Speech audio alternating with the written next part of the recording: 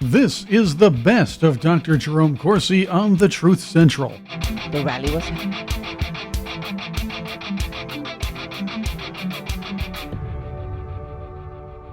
This is Dr. Jerome Corsi. Thank you for joining us on thetruthcentral.com. We have a very special guest today. Before we start, you can follow me on Twitter at Corsi Jerome, number one, Corsi Jerome, number one. And on Substack, it's jeromecorsiphd.substack.com. Okay, our guest today is Dr. Juliette Engel, MD. And Dr. Engel has got a couple of really important stories. We're going to start by focusing on the assassination of John Kennedy and what knowledge she has that adds to the book I've written, which is the final analysis. And here you can see with David Mantik. David Mantik has done the X-ray examination of the Kennedy skull X-rays from the autopsy. There's 3 of them in the archives, and he's seen them more than anyone else. He's a radiation oncologist with a PhD in physics, and he has shown that the 3 X-rays are all forged to mask evidence of frontal shots, and there were 2 shots to the front that hit Jack Kennedy. One was in the temporal bone by the right ear that blew out the occipital bone in the back of Jack Kennedy's head. Another was a bullet hit him in the forehead above the right eye at the hairline and left a bullet trail that you can see going across the top of the skull, with the largest fragment in the back and the shots not exiting the skull, which is clear evidence of a frontal shot. This is forensic evidence. It's no longer speculation. It's clear proof, and I think indisputable proof that Jack Kennedy was shot twice from the front. Now, Dr. Engel has a personal experience we're going to go through and relate, but the surgeon, when Jack Kennedy got shot, November 22nd, 1963, the Secret Service immediately brought the limousine to Parkland Hospital, which was on the Stemmons Freeway on the route that Kennedy was going to go to speak at the Dallas Trade Mart. Of course, he never got there. He was shot and killed.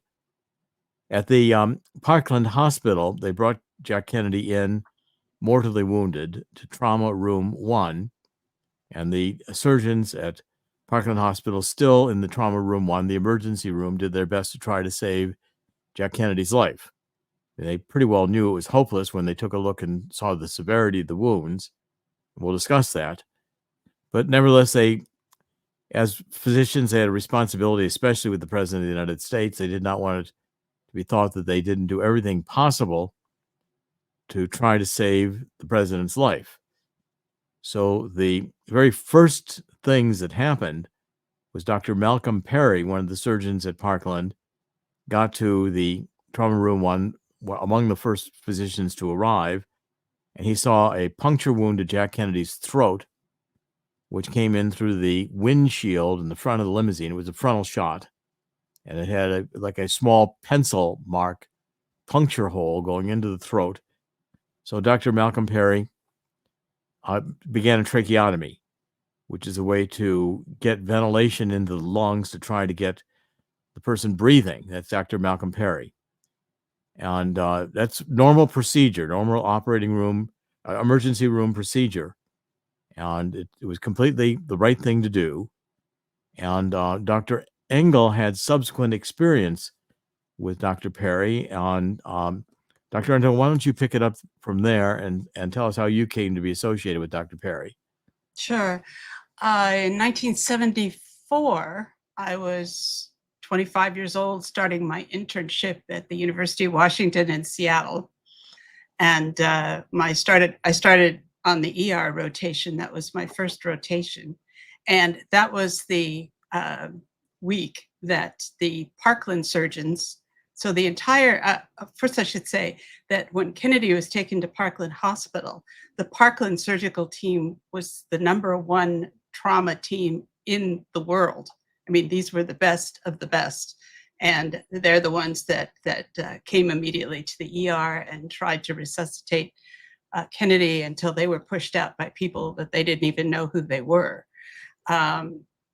But the pressure on that surgical team, and particularly on Dr. Malcom Perry, who initially reported that he did the trach through a bullet hole, was so great that the entire surgical department had to leave Texas. I mean, this is like 15 top trauma surgeons left, moved their families, moved everything, and came to the University of Washington. So the day that they arrived, I was the surgical intern in the university hospital emergency room. And I met Dr. Perry, and I was so stunned at meeting him. He was such a giant in my world that I dropped the glass of Diet Coke right on his shoes. I'm sure.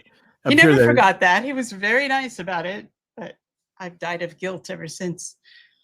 I'm sure it endeared you to him. I mean, so, hi, I'm your surgical assistant. I can't even hold on to a glass of Coke. But it wasn't long before I had my first huge trauma case in the middle of the night. Let's break for a second and fill in some more backstory here, so everybody can follow this and know the significance of what you're going to testify to. You grew up. Where did you grew up? A lot of different places, and you have another story that we're going to get to. But when did you begin your medical studies, and where did you begin them? After I left, I grew up in an MK Ultra program, and after I escaped and left that, I went to the University of Washington, where I worked my way through university and then got into the University of Washington Medical School. So I went to medical school there in Seattle, did an internship there, and my first internship rotation was University Hospital when the surgeons arrived from Parkland. And what year was that? 1974. 1974. Okay. Now, the MK Ultra story that you experienced and escaped from is another really important part of your story. Now, we may not cover that entirely in this broadcast, but we will cover it much more thoroughly in a second one. And you have written a book, which is called Sparky, Surviving Sex Magic. And I'm going to recommend that everybody get this book. I think it's a compelling read, and we will cover it in detail in a subsequent podcast. If we just touch on it here, it'll just be brief because we want to cover extensively the JFK story.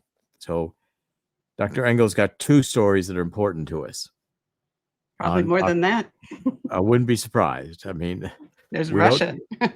Well, there's Russia too. We'll have to get that's your second book is Russia. That's I'll have to read that one next, and then we'll probably do more interviewing. But you've had a very interesting life. And your third book on Moscow traffic, your second book, Angels Over Moscow. Is that your second or third book? Second book is Angels Over Moscow. And Moscow traffic. Briefly, what was that experience all about? Well, as I finished my training at the University of Washington in radiology, practiced for close to 20 years in Seattle, and then was invited to go to Russia to help reform maternal and infant health care, discovered the high number of children being abandoned and trafficked into rings where they were taken abroad and used for sex and prostitution, did a lot of work to change that, created an underground railroad that ran for 15 years, rescuing kids from 120 different countries, and called the Angel Coalition. So the Angels are the Angel Coalition, and that describes my work in Russia. Okay, we will cover that one as well very thoroughly. Now, let's set up the story here. So Jack Kennedy is shot, and he's brought to Parkland Hospital. And again, he's in trauma room 1. Doctors are rushing in here, and as Dr. Engel said, that this is not a slouch emergency room. These guys are top emergency room doctors. Now, why? Well, this is 1963, and Dallas is still pretty much the Wild West. I mean, it's not entirely the Wild West as it was in the 1800s, but there's a lot of people shot by gunshot, a lot of accidents, traffic accidents, I mean, everything you can imagine. But I would say the shot by gunshot wounds are probably at a statistical high at that time for Dallas. So these were physicians that were used to seeing people in fights getting gunshot. And it was not exceptional for them to know how to deal with gunshot wounds, which also meant they had to learn pretty quickly to recognize what was an entrance wound, what was an exit wound. And Dr. Engel, you have the emergency room experience. You must have done the same. And so when you're in the emergency room and you've got a patient, what's the first things you're thinking about? Well, you think about, are they breathing? Can they breathe? Are they bleeding? Are they injured? Well, it's mostly breathing and bleeding at the first go. So I'm sure that when Dr. Perry, well, for one thing, it's not one doctor that comes in. When the surgical trauma team comes in, there's probably 8 doctors. Each of them goes to their particular area, and Dr. Perry was the premier tracheotomy surgeon in the world. I mean, he taught everyone else how to do it, including me. This is the best so of he would Dr. go right Jerome to the Corsi throat, see on the that- Truth that Central. that Kennedy wasn't breathing, and he would go right for the trach. This is And, the best of Dr. Jerome Corsi on the So Truth there was a lot of Central. confusion, but a lot of people, and there was no. It takes first you stabilize the patient. You make sure they're breathing and they're not bleeding out. So you get a line in, you do a trach if you need, and you get oxygen on them. You got to make sure they're staying alive. Well, that's how you do it. Yeah. And the second thing you got to figure out, I would think, is how badly is this person injured? What's the problem?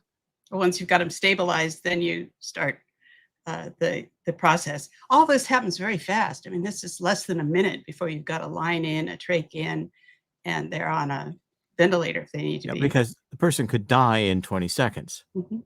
And you don't know if you've got to do everything you can immediately to stabilize the person, make sure they're breathing and they're not bleeding out.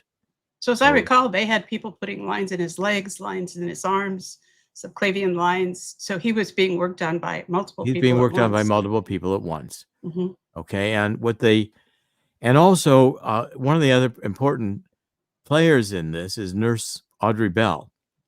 Now she comes into the trauma room 1 as Kennedy's begun to be worked on. And what she is finding is that she's the nurse responsible for setting up an operating room. Now, should they be successful in saving this person's life in the trauma room, and there's significant injuries that have to be dealt with immediately, the next place that patient's going is to the operating room because it may be life-threatening to operate. So, for instance, if we had a gunshot wound and the person survives the gunshot wound, but now you got a bullet that's penetrated vital organs or is close to the heart or could be life-threatening, the first thing you want to do is get in there and try to get the bullets out, try to do the damage. Was that correct, Dr. Engel? Yes, right. First thing you do is stabilize the patient. Stabilize get them the on patient. oxygen and get their blood volume stabilized. Yeah, and then get them to figure out if you've got them stabilized enough to go in the operating room. Do they need to be operated on? And What needs to be operated on? And they didn't have CT, MRI at that time. So everything was done with fluoroscopy. So it was not as efficient as Yeah, it in would other be words, now. they're not doing any MRI. They're not getting a precise reading of what's inside the person.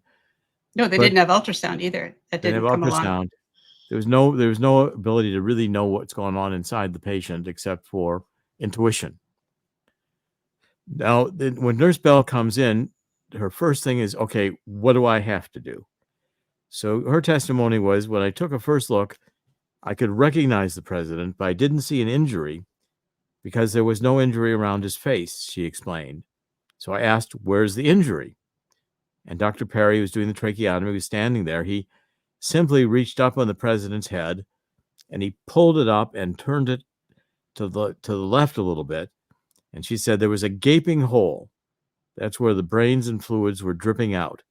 The wound in the back of JFK's head could have been 3 or 4 inches in diameter. That's what I saw. Okay, now when you see a wound like that, first thing you know is that that's an exit wound. It's a massive avulsive, what they call an avulsive exit wound, which means that the blown out back of the head is from a frontal shot. Mhm. Second is this person's not going to survive. You're not going to replace that much brain damage, and it's a matter of time until they die. If you can stabilize them and even keep them alive for any period of time, they're probably going to be a vegetable. And with that much of the back of the head gone, blown away, Nurse Bell is not in a rush to go get the operating room prepared. She probably went and did it, but it was not like she knew it was going to be a need for an operation. Now, some of the other testimony, Dr. McClelland, who was there, another one of the top surgeons, part of the trauma team, gave his testimony. He said, as I took a position at the head of the table, this trauma room 1 is not very big. It's very tight space, and they're all crowded in here. So he took his at the head of the table to help out with the tracheotomy. I was in such a position that I could very closely examine the head wound, and I noticed that the right posterior of the skull, and I'll show you where that is. Right posterior is the back, the occipital range. Okay, notice the right posterior had been extremely blasted. It had been shattered, apparently, by the force of the shot. So that the parietal bone, that's the bone at the top of your head, was protruded up through the scalp and seemed to be fractured almost along its right posterior half. In other words, the fractures were all on the right side of the head, and they're noticing that right away, as well as some of the occipital bone being fractured in its lateral half. So again, they're seeing that the trauma is to the right side of the head. These fatal shots are coming from the right side of the head, which again largely is going to associate with the grassy knoll in front of Kennedy. But the point is that they're not thinking about that at that moment. So he said it, and what this did, it sprung open the bones, these fractures of the occipital bone, in such a way you could actually look down into the skull cavity itself and see that a third, or at least, of the brain tissue, the posterior cerebral tissue, the cerebral tissue is just the tissue on top of the head, and some of the cerebellar tissue. Cerebellum is an organ at the back of the head, a different color, and you can recognize it easily when you're looking at the brain, had been blasted out. There was a huge amount of bleeding, which was occurring mainly from the large venous channels in the skull, which had been blasted open. Those are blood vessels in the skull, which have been blasted open. Now, a third doctor, Dr. Crenshaw, gave maybe the best description of the wound. And remember, these are recollections from the first seconds. These doctors are immediately saying, what am I dealing with here? You got to assess it quickly. So he said, I walked to the president's head to get a closer look. His entire right cerebral hemisphere appeared to be gone. It looked like a crater, an empty crater. All I could see there was mangled, bloody tissue. From the damage I saw there was no doubt in my mind that the bullet had entered his head through the front. And as it surgically passed through the cranium, the missile obliterated part of the temporal, up here by the ear, and all of the parietal and occipital lobes before it lacerated the cerebellum at the back of the head. The wound resembled a deep furrow in a freshly plowed field. Several years later, when I viewed slow motion films of the bullet striking the president, the physics of the head being thrown back provided final and complete confirmation of a frontal entry by a bullet to the cranium. Now, Dr. Engel, that's pretty clear evidence that the shot that killed Kennedy, the shot from the temporal bone through the back of the head, was a frontal shot. It did massive damage to the head on the right hemisphere. The left hemisphere, they weren't noticing any real damage to. But the doctors must have concluded, just looking at this, that this guy isn't going to make it. It would be obvious too. When you saw that kind of damage on a patient, what would be your first thought? I don't think anybody but the president would have gotten that much resuscitation. That it stopped. Yeah, it would have stopped before it started. But this was the president. And so therefore, because it was the president, you couldn't be accused of not having done everything you could possibly do. That right? That and your adrenaline's high and you're going in there to save him. And of course you would do everything. Well, the doctors actually got to the point where they were trying to massage Kennedy's heart to try to get him to have a heartbeat. And one of the doctors finally said, stop it. You know, his brains are all on they're blown out. The back of his cerebellum is dangling from the back of his head. The massive damage here, he's not going to survive. So therefore, we're wasting our time here. Our job is done. So who declared him dead? I mean, that they had to have someone it's sort of at the top of the chain to declare him dead. I do write about that. Let me find if I can find the passage. Finally, when the doctors did declare that this is done and we're calling this to an end, and let me find if I can see quickly in the book who that doctor was. But there was a particular doctor who was in charge of that decision and made it. Because in an ER situation, the intern can declare someone dead. But in that situation, it would take someone much more senior to actually be willing to do it. That's right. And okay, these are all discussions here. I'm just looking through the book, and I'll find this in a minute here. It just takes a little bit of time to. The discussion in the book was so detailed that sometimes I myself forget where I put things, but I'll find it here hopefully in a minute. Okay, now let's just do a couple more things before we get to that. Now, hopefully I'll come across it as I'm paging through the book and get back to that point. But the doctors, when they do declare that Jack Kennedy is dead and there's nothing more that can be done to save him.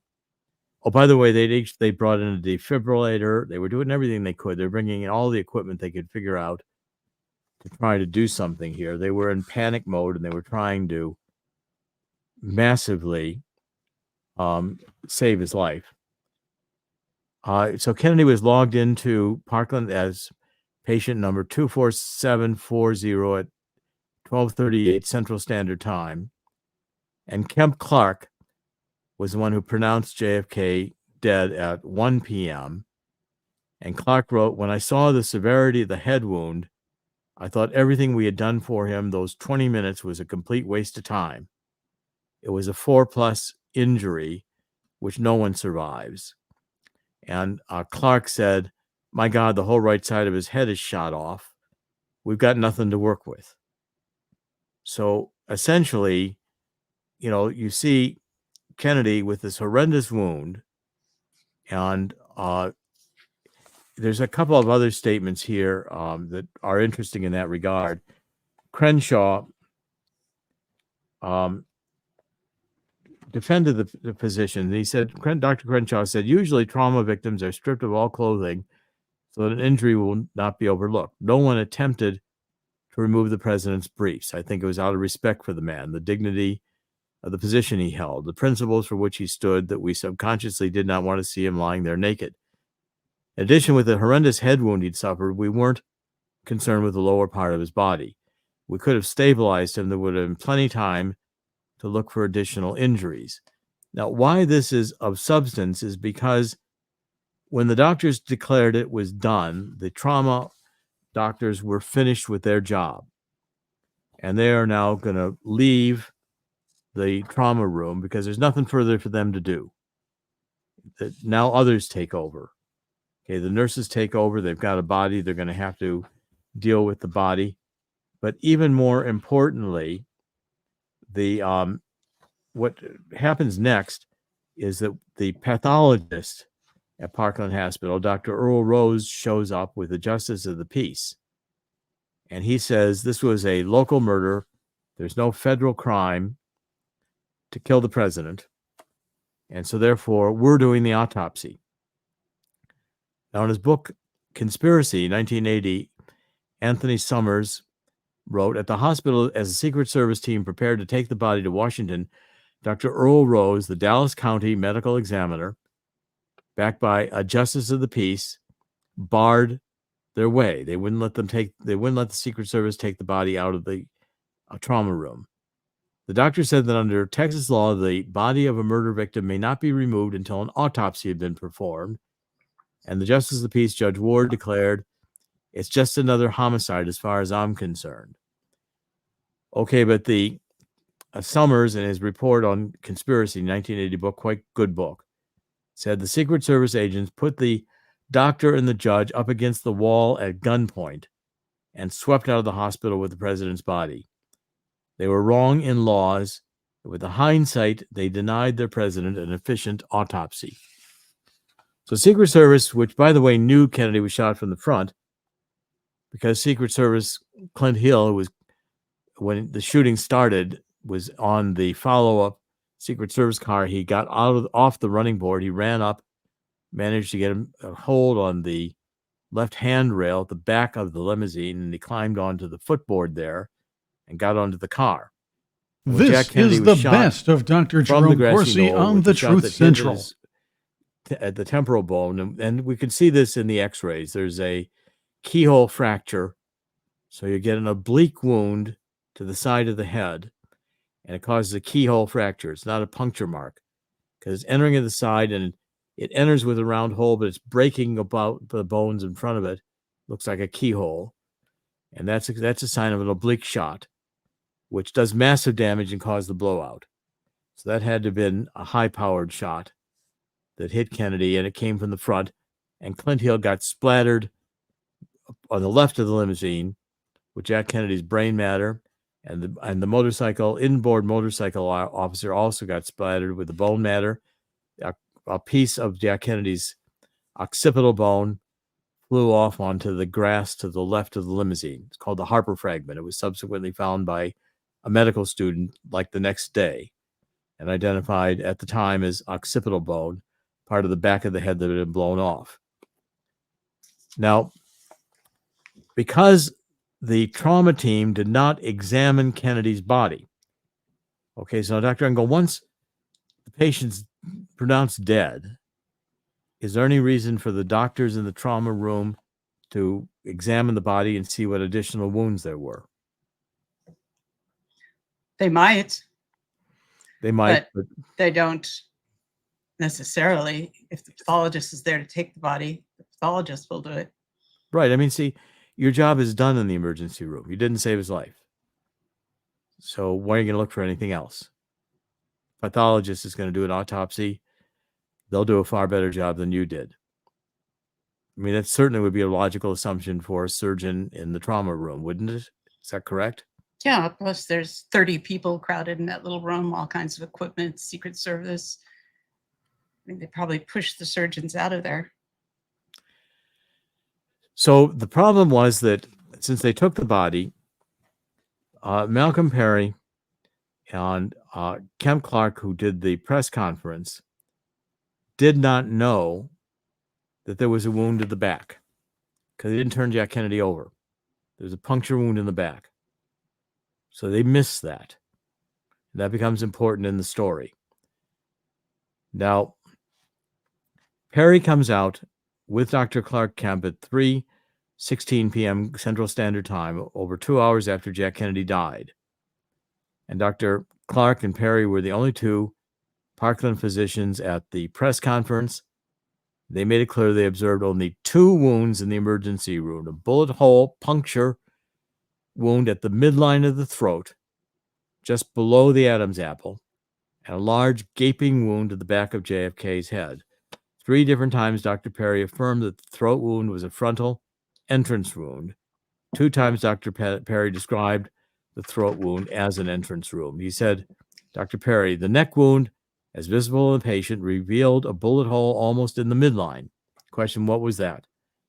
Perry, a bullet hole in the midline. Would you demonstrate? Perry said, in the lower portion of the neck in front, so he's pointing to the position he talked about in the midline below the Adam's apple. He said, approximately here. Below the Adam's apple? Yes, below the Adam's apple. Doctors, the assumption that it went through the head, that would be conjecture on my part. There are 2 wounds, Dr. Clark noted, one in the neck and one in the head. Now, whether they are directly related to 2 bullets, I can't say. So one possibility would be a bullet entered the throat, and that was the bullet that blew out the back of his head. Those are the only 2 wounds they saw.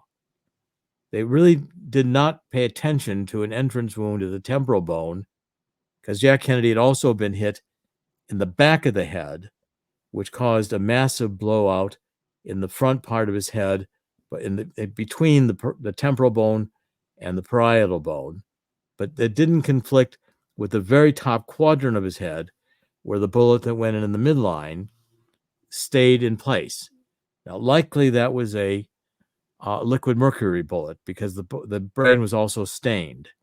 And as the entire story, as it evolves, we find out that the backstory when they announced that Lee Harvey Oswald is the lone gun assassin, well, Ike Alchins, a photographer for the Associated Press, had been standing in front of the limousine when the shot occurred. He took a picture of Kennedy reacting to the bullet hitting his neck through the windshield. And the Texas School Book Depository was obviously in the background. So now all the shots had to come from the back, but the body shows frontal wounds. They got a body, they're flying back to Washington, where the evidence of the body contradicts the lying cover story set up to frame Oswald. They've also got another problem. Only 3 cartridges were dropped in the 6th floor of the Texas School Book Depository and would have been set up to look like a sniper's nest. But yet, one of the bystanders, James Tay, got nicked in the cheek with a bullet. And so that meant 1 shot missed. So now 2 shots had to have done all the damage to Kennedy's head and all the damage to Connolly, who it broke his ribs on his left side. It entered his wrist and broke the large bone in his wrist and ended up in his left knee. All this damage has now got to be from 2 bullets. So you got to have one that somehow struck Kennedy in the head, that did all this damage to the head. You got to have one that in the back, maybe that came out through the throat, and then it pivoted and hit Connolly. That becomes the magic bullet. Okay, but to make that happen, they secretly get the body to Parkland from Andrews Air Force Base, where the plane lands at approximately 6 o'clock in the evening, Washington time. 6:30, the body's being delivered to the Bethesda morgue in a gray shipping casket and a body bag, which is not how it left Parkland. The doctors do pre-autopsy surgery to alter the wounds. And we demonstrate that. They try to remove as much of the wound, but they couldn't remove the shot at the top of the head. So I think the brain was stained, and I think the x-rays showed stained brain as well as possibly some fragments of a liquid mercury bullet that remained. So let's go back to Parkland now in the press conference. Perry says, it'd be conjecture on my part. There's 2 wounds, one of the neck and one of the head. Whether they're related to 2 bullets, I can't say. Was that an entrance wound? Perry says, there was an entrance wound in the neck. As regards to the head, I cannot say. Which way was the bullet coming from the entrance wound at him? It appeared to be coming at him. So a 3rd time, doctor, describe the entrance wound. Do you think from the front of the throat? He said, yes, the wound appeared to be an entrance wound in the front of the throat. Okay, so Clark could not say, Clark said the head wound could have either been the exit wound from the neck or it could have been a tangent wound. It was simply a large gaping loss of tissue. Speculated the gaping posterior wound could have resulted from a bullet that entered the throat or from a separate bullet through the right side of the head. In either case, he clearly implied that the gaping wound at the right of Jack Kennedy's head was an exit wound. And he emphasized that he could not comment on JFK's throat wound because he was busy with the head wound. Okay, so we go forward a little bit further now. And what we find is that Dr. Perry gets besieged through the night by questions from Bethesda, who's doing the autopsy. And they're not satisfied that Dr. Perry said that he was shot from the front. They've got a big problem. They got to get the Parkland team to change their story. So when Saturday morning, November 23rd, 1963, when Perry showed up at Parkland Hospital for his shift that morning, Audrey Bell noticed that he looked terrible. He looked like he hadn't slept that night. And so she said, "What's the matter?" And Malcolm Perry said, "People from Bethesda have been bothering him on the phone all night, trying to get him to change his professional opinion about having seen an entry wound in the front of Kennedy's neck to one of having seen an exit wound instead." So Douglas Horne, who did the 5 volumes on the Assassinations Records Review Board, said, I don't know what Dr. Perry told his tormentors in the night of November 22nd, 23rd, 1963, but I do know he straddled the fence nicely during his March 1964 testimony before the Warren Commission, testifying to Arlen Specter that the wound in the front of the neck could have been either an entrance wound or an exit wound. By then, Perry was already compromising with the truth, as he had expressed it on the first day Kennedy died, when he stated unequivocally 3 times to the Parkland press, while standing next to Dr. Clark, that the bullet that pierced Kennedy's neck was coming from the front. And Nurse Bell says, there it was on the record with a government agency, apparent attempts by the members of the U.S. government the night of the autopsy, change history by altering the recollections and testimony of a key assassination witness, namely Dr. Malcom Perry. Okay, Dr. Engel, here's again where you come into the story. Now, Dr. Perry taught you how to do your first tracheotomy, is that right? That's correct, yes. What happened? Well, I was on duty in the university emergency room, university hospital emergency room, and a major trauma came in. I believe it was a motorcycle accident with the helmet stuck on the head, obvious tracheal fracture. Person was alive, but not breathing. And they called the surgeon, but the regular surgeon wasn't there, but Malcom Perry was there. So he came into the emergency room, and I wanted him to do the trach. And he said, no, you're going to do it. And so he talked me through it. And then he kept talking. So while I'm sewing up and doing everything else I needed to do, the patient did survive after we trached him. He told me about coming in and seeing the wound on Kennedy and not even giving it a thought, that you, if there's a hole there, use it. And so that was his lesson. And he talked about what it was like that night, how crazy it was, and the importance of, because he was teaching me as a physician, you don't get distracted by the craziness all around you or any other part of the patient. You do your part, because each part is critical in a trauma team.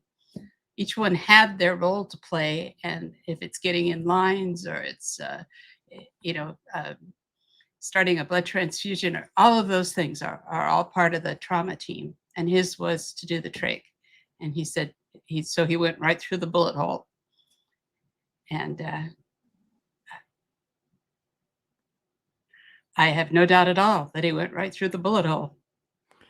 Now, Dr. Perry, you were Dr. Engel, you were in other operations with Dr. Perry where he was doing the surgery. Yes, as his intern, sure. And so surgeons often talk during these operations because they're stream of consciousness, they're passing time as well as working on the patient. Well, he didn't so much. It was just this late night in the ER, blood everywhere, him and me. And so he was talking, I think he was teaching me how to be on a trauma team, how to be a surgeon, how to focus on the patient. And so it was a unique kind of situation. Did he ever suggest that he had seen, that he was clear that it was a frontal wound, and he was always... Yes.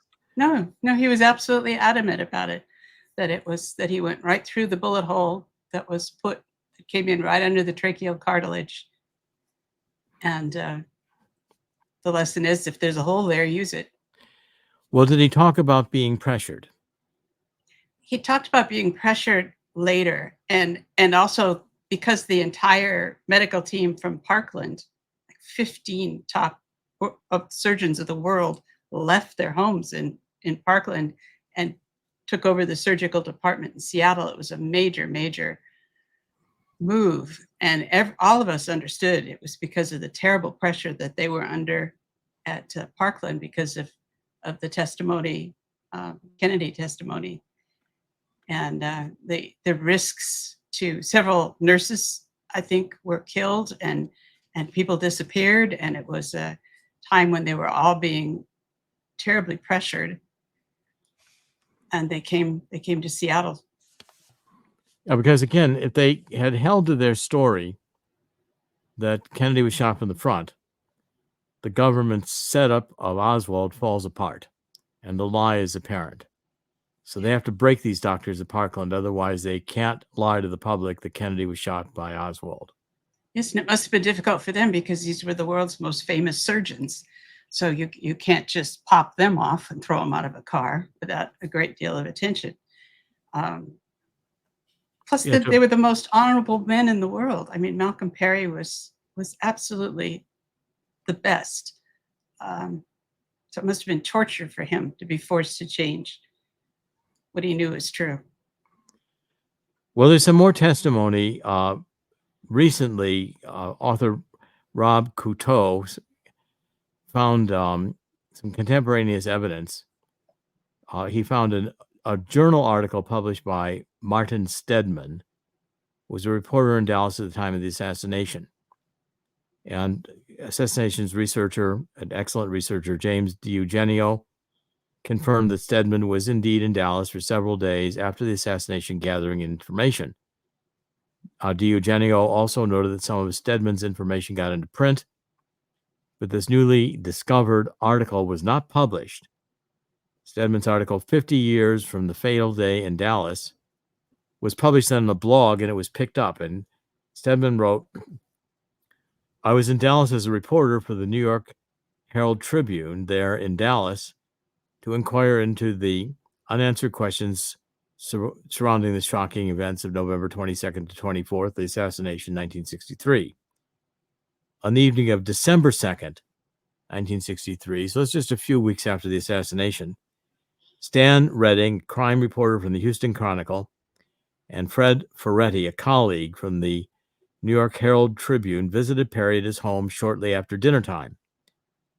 Stedman remembered a little girl playing with her toys on the living room floor as the three reporters and her father talked about how he tried to save the president's life.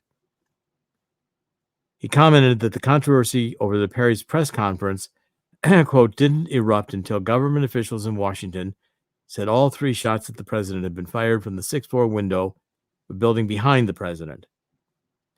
Okay, and Stedman described the meeting. So Dr. Perry said he believed it was an entrance wound in the throat because a small circular hole was clean with no ragged edges. Of course, the conversation was asked and answered that he had treated hundreds of gunshot wounds in the emergency room at Parkland Memorial Hospital. Another point, he said he was a hunter by hobby, was very familiar with guns and ammunition. He said he could tell at a glance the difference between an entrance wound and an exit wound with its jagged edges. So Stedman continued, but Perry told us that throughout the night of November 22nd, 1963, the night of the assassination, received a series of phone calls to his home from irate doctors at the Bethesda Naval Hospital where the autopsy was being conducted. Doctors there were becoming increasingly frustrated with his belief that it was an entrance wound.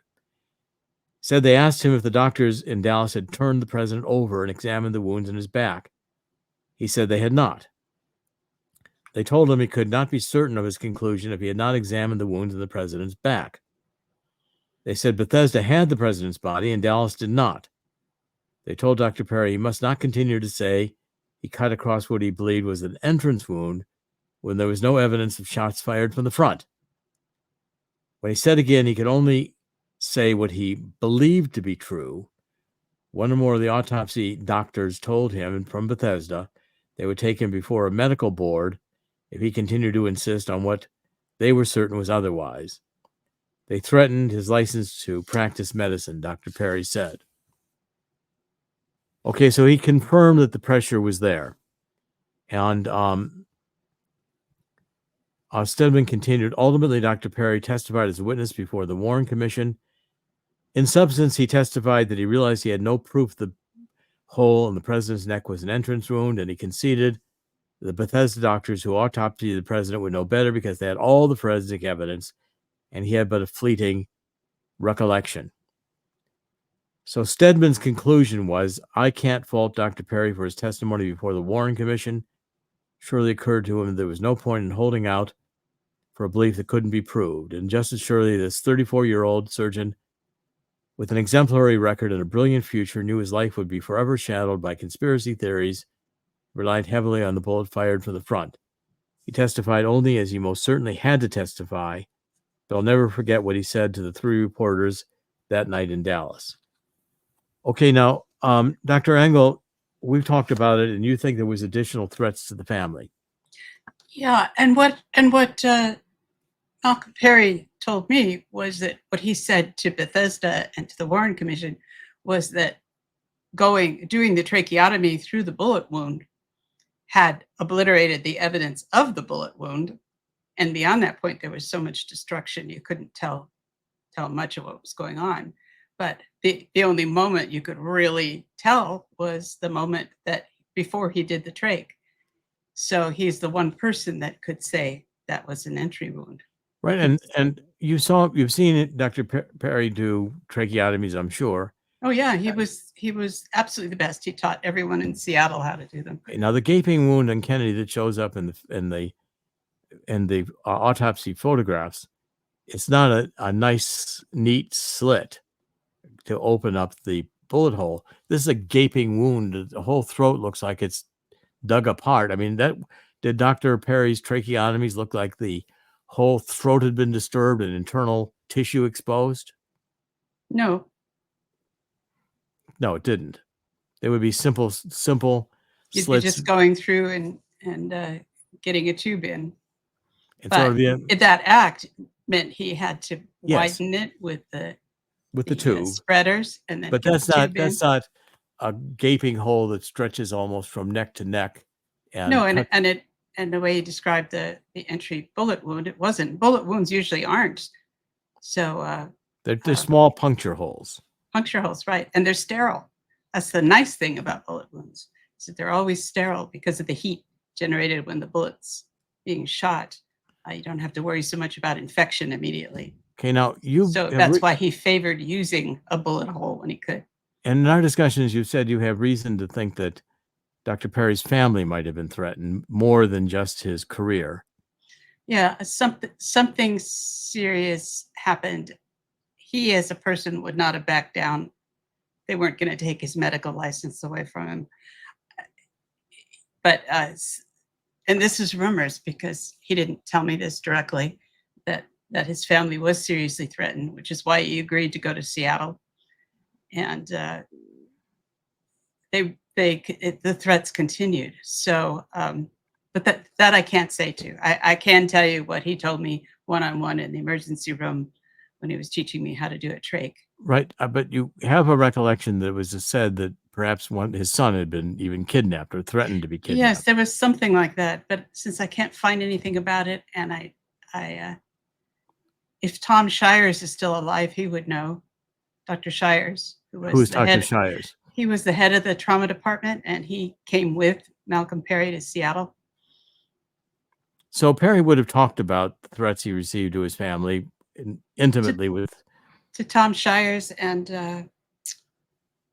the other senior attendings that he came with. And there's this vague recollection you've got that his son might have been kidnapped, or there might have been a threat to kidnap his son. I mean, they went after his family and scared him enough and his family enough that he equivocated. What he said was that the act of doing the tracheotomy could have altered the evidence. Yeah, he never really admitted that it was an exit wound. No, he never said it was an exit wound. He said his surgery altered the appearance of it and obliterated the absolute evidence, which it did. So he cut open the hole. He couldn't prove any longer he was right. Nope. And so he conceded that he couldn't prove he was right, but he didn't. And they couldn't prove him wrong either. And he didn't concede that he was wrong. No. He gave in to their hypothetical guessing that, this back wound could have connected. Yeah, well, angels could have come in and saved Jack Kennedy too. They just didn't.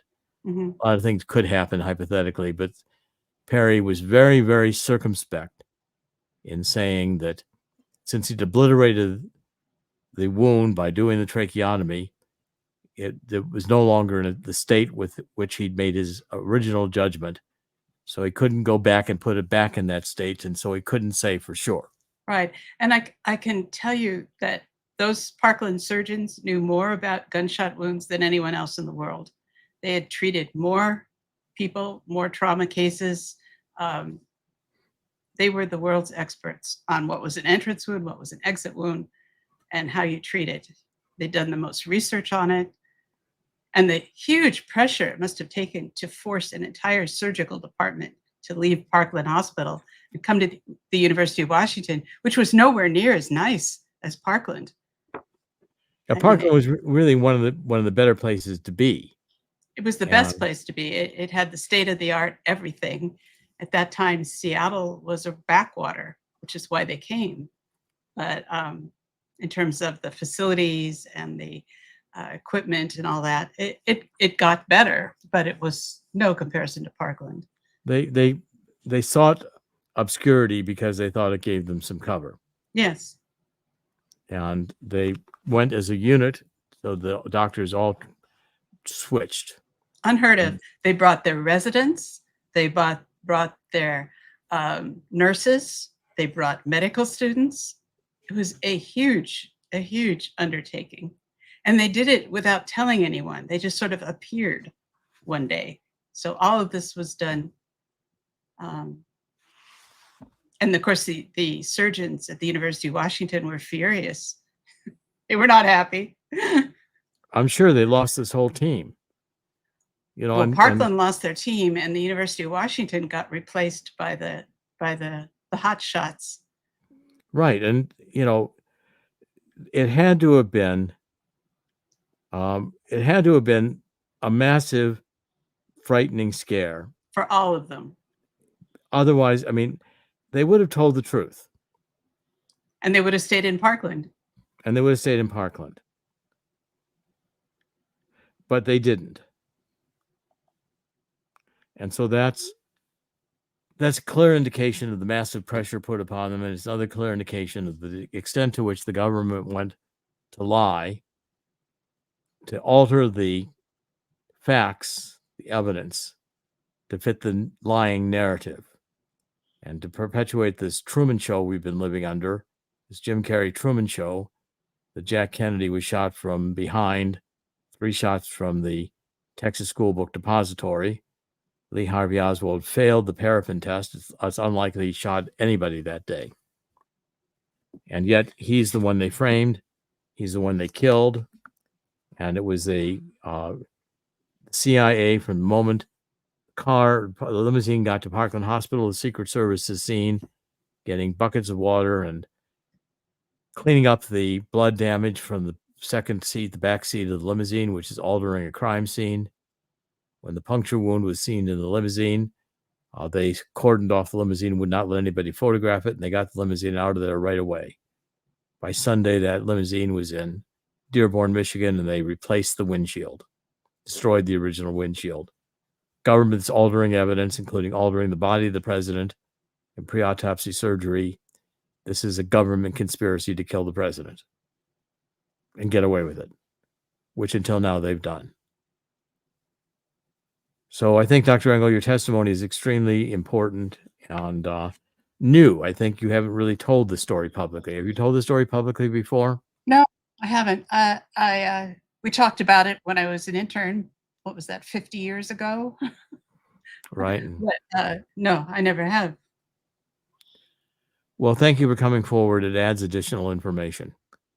And we will certainly publicize this. We're going to have you back to talk about your MK Ultra experience. That'll be the second chapter. And encouraging people before that to get your book, Sparky, which is Surviving Sex Magic. And it's a compelling story of your experience in MK Ultra, which unveils another important personal experience, illuminating a very dark part of our government manipulated history. Which is important because it's influencing what's happening now. So does the Kennedy assassination live. Exactly. It's all part of the same, which is largely why I agreed to to even talk about Dr. Perry.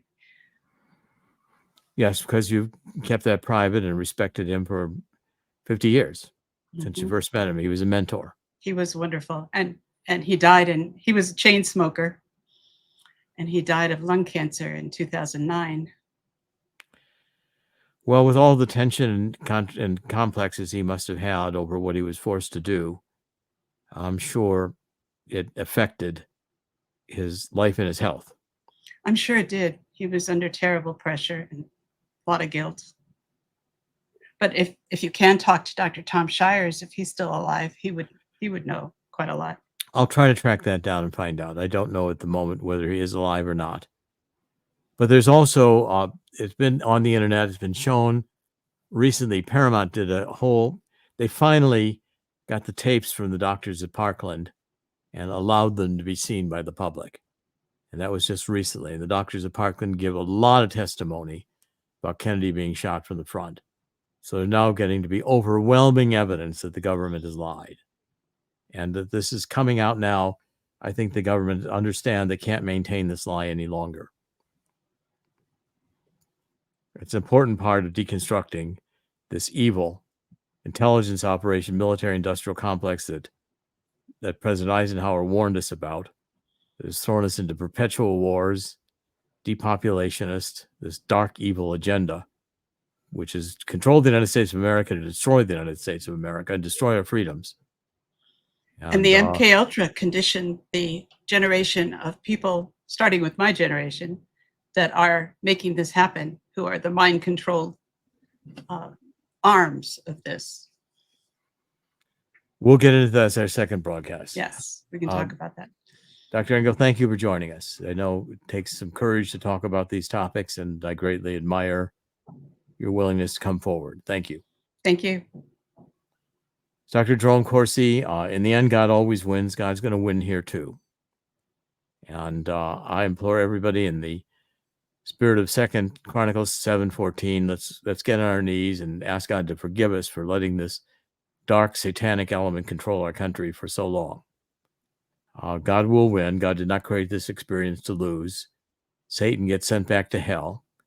And I pray that the judgment of God upon us for allowing all this evil to happen without more strongly protesting it, more strongly overturning it, that we will be forgiven. God will hear our plea and heal our land. Dr. Jerome Corsi, thank you for joining us. This is thetruthcentral.com. We're doing podcasts every weekday, and we look forward to continuing. Thank you for joining us. God bless. This is the best of Dr. Jerome Corsi on The Truth Central.